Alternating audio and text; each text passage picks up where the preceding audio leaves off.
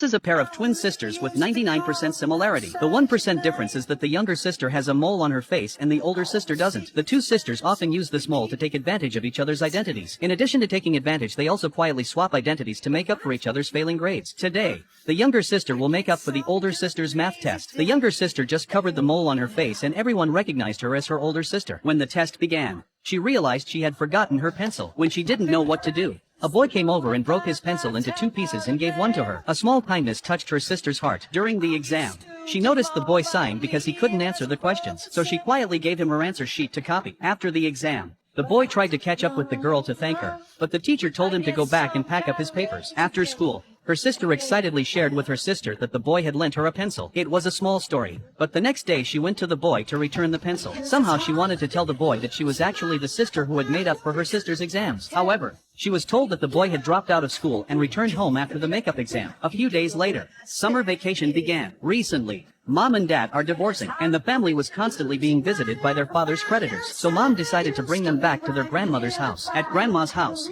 the older sister, who loved to play the piano, enrolled in pipa lessons. The younger sister, who wasn't interested in playing, stayed at Grandma's grocery store to help out. On the first day of her lessons, a strange boy came over in the middle of the lesson and called her name and greeted her excitedly. Sis had never seen him before and waved her hand at him suspiciously. At recess, the boy came over again. It dawned on her that he was the boy who had borrowed a pencil from her sister, but she didn't tell the boy that it was her sister who took the makeup test, but pretended that she'd forgotten about it. The boy said his name was Mark. His mom and dad divorced. He dropped out of school to work as the pipa teacher's assistant. It was the first time she'd met Mark, but they had a nice conversation. To her surprise, after school, Mark coyly asked her a question. She replied shyly that she didn't. Mark smiled mysteriously and left. This elusive smile instantly aroused the young girl's heart. On the way home, she shared her encounter with Mark with her sister. One moment, she was very excited about Mark's arrival. The next moment, when she heard that Mark was trying to woo her sister and that she was secretly in love with him, she lost her smile in an instant. Even though she already had feelings for Mark, she chose to hide them and encouraged her sister to be brave enough to pursue love. From then on,